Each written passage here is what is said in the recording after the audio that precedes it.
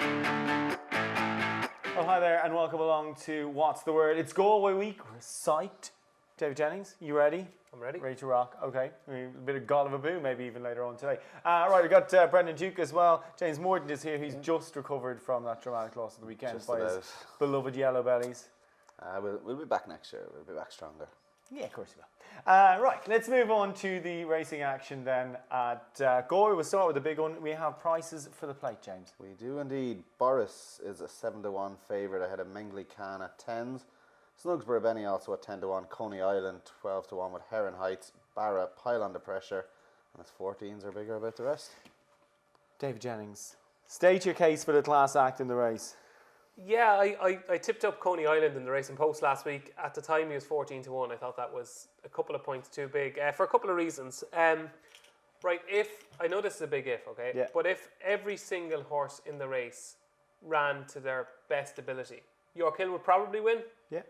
But I would say Coney Island would potentially be definitely the second best horse in the race. And I just think because he's only 8, that is amazing, isn't it? It is amazing that he's only 8. He seems to have been around forever. I think there is a strong chance that he could get near his peak here because he's back from a break. He's gone well fresh in the past.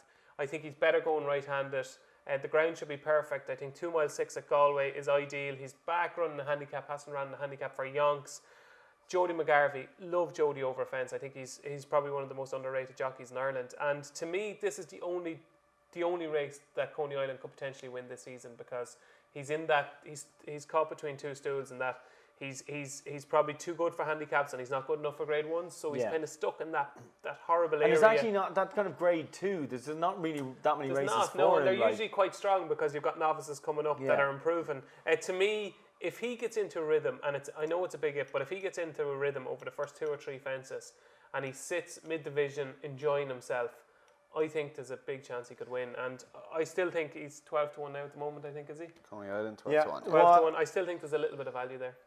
Brendan Duke, you are a bit of a Coney Island fan as well for those same reasons, or you just can't find something else to put up against him? I was struggling to find anything to put up. I think it's a very difficult race. I mean, it's 8-1 the field. That'll tell you how difficult it is. And what about the Fav? What about this Baris, who's run in the Tayas, he's run in the Paddy Power, and then he's pootled around into rubbish, novice hurdles, and here he is lining up down a 10-stone 2 and he's Fav. Yes, well, everything has a chance. The 10-stone 2 would concern me. I'd rather go to class angle, as you know, Tom. I've been beating that drum for a long time. I think I prefer Boris, though. That's very topical, isn't it? Yeah. But Boris. If anything is set up to be a disaster, it's something called Boris. Go on.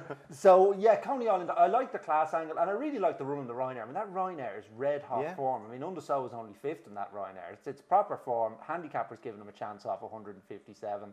As you boys have mentioned, he's only 8. He's not totally exposed. He was my token selection. Yeah, token selection. James, do you have a token selection in the plate? I do. I like the chances of Black Court, and now obviously the weight is a little bit of a worry, but I wouldn't be too worried about Fitness. Had a run on the flat there on the 22nd of June, and I just think under Bryony Frost and Paul Nichols, they team up well with Black Jump Court out, make all. I mean, that's what they the plan. do. You know what I mean? You look at Clarkham last year, but again, as running style in the race, I mean, could the same happen to Mengley Khan? Could the same happen for York Hill? Or are you going to sit and wait with something like a Snugsborough Benny? Yeah, I think Snugsborough Benny is probably, if you're backing something to be placed, I think he's guaranteed to be in the first 4 or 5. I think he'll creep away, and I think he'll be ridden a little bit more positively here than is usually the case. There's ifs and buts about them all. Mengley Khan has the ability. I just don't think he'll stay. That'll be my worry about Mengley Khan. I don't think he'll get up the hill. I'm just keen to see how Coney Island gets on the first mile of the race. If he gets over that, I'm happy. Okay, along the line. Coney Island. Black Court. Coney Island. Snugsborough Benny each way. Right, let's move on to quickly just mention the Sussex at Goodwood because it's such a phenomenal race. Too darn hot. No, I won't go as far as I silenced the doubters, but picked up a soft Group 1. At least got back on track. Yes. This track and trip should suit. How do you rate his chances? Yeah, he deserves to be favoured. It was a soft enough Group 1, but Space Blues I think is a very good horse, ran well in the Jersey, and he beat him comprehensively. He will probably win, but I thought Phoenix of Spain was too big of a price, like 13-2, 6-1. Like, has that much changed since they ran at Ascot in the St James's Palace Stakes? I know Phoenix of Spain was a little bit disappointing, but he absolutely battered Too Darn Hot at the Curragh. And like, I know this is a theory that you talk about. Like, when a horse produces a personal best and a career best, it's very hard to back it up. And I just think the Ascot race probably came a little bit too soon after the Irish There's a very Guineas. small gap between the two. Yeah, there was. And I know fairness. you could say the same about Too Darn Hot from the Dante to the Irish Guineas. That's that argument. I But- actually think, though, Too Darn Hot needs to run Yeah, all the you time. said that earlier on, I'm yeah, just yeah. convinced. Yeah. I'm convinced he does nothing at home, and he just needs to run all the Yeah. time, and that's why. And actually, he's probably maintained a level of form over the course of the year. It's a price thing for me Yeah. with Too Darn Hot, but I could see Spencer popping out and making all with Phoenix of Spain. I think he'd be ridden a little bit more aggressively this time, and to me, it's between them two. I don't fancy Circus Maximus, but I know you do. I'm not against Circus. I'm not against him. Yeah, I quite like the chance of Circus. What about you, Juki? I mean, like Phoenix is playing that day in the Curragh. The seat, all the front, everything came from the front. Anything that won that day won at the front. Do you think it's a once-off, or do you think he can back it up? Well, no, because I mean he is a big scopy sort Yeah. who had legitimate form as a 2-year-old. Absolutely, and he's second to Too Darn Hot. Yeah. So I take your point about the horses not coming back at the Curragh, but equally I take the point about the bounce being a big runner for Ascot, and he did come out with an injury afterwards. This was the whole race. That's what happened. I just kept going up these blind alleys or whatever. I mean, Too Darn Hot, he did silence me to a degree in Deauville Town because I was nominating him for Crufts before the race. Yeah. And I mean, he's been a good horse in a good time by some distance. I just can't backtrack from saying what I said before Deauville back on at 6-5. Can I pass on the race, please? Go on, You no. should be on So stage. Circus Maximus or Phoenix of Spain, who are you going to put up against him? Or is there something like a Lord Glitters, a Bill Prince accent? Well, them older miners are solid juices, aren't they?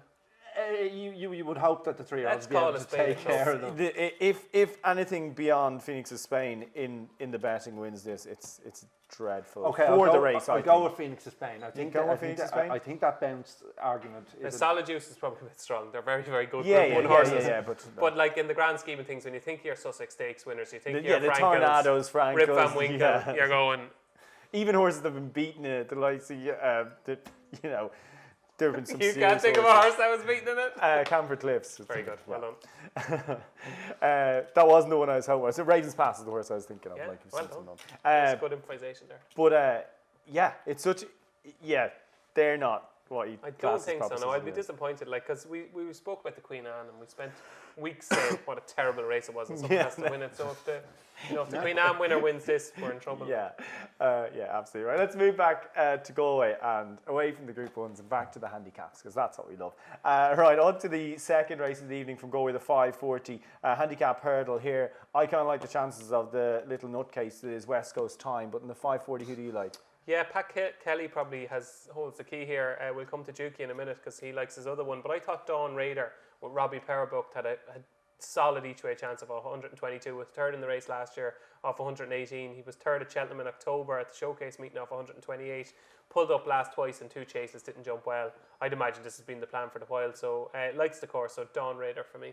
You have looked for a clue in the names, Brendan Duke. Well, it's just Very something- subtle, Yeah, but- it's quite subtle. Isn't it? Something tells me that Galway Abu, that the connections might have had this meeting in mind when they named the horse. Yeah. And won at a big price as a novice hurdler, and then came out after almost a year off. Really good effort in Bellewstown. Travelled well. Was third jump in the last. Ultimately paid the price probably for being off for 11 months. And with Galway in mind, only 6 down the bottom of the handicap.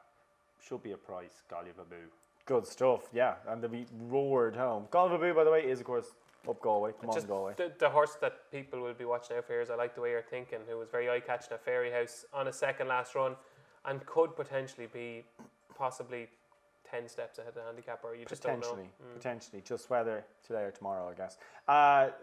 6 then, the Mare's Handicap hurdle here over an extended 2 miles. Anything jump out for you in that? Not a strong fancy. I've a very strong fancy later on in the card, but I thought Miss Sassy off 106 over hurdles was interesting. Rate 123 over fences.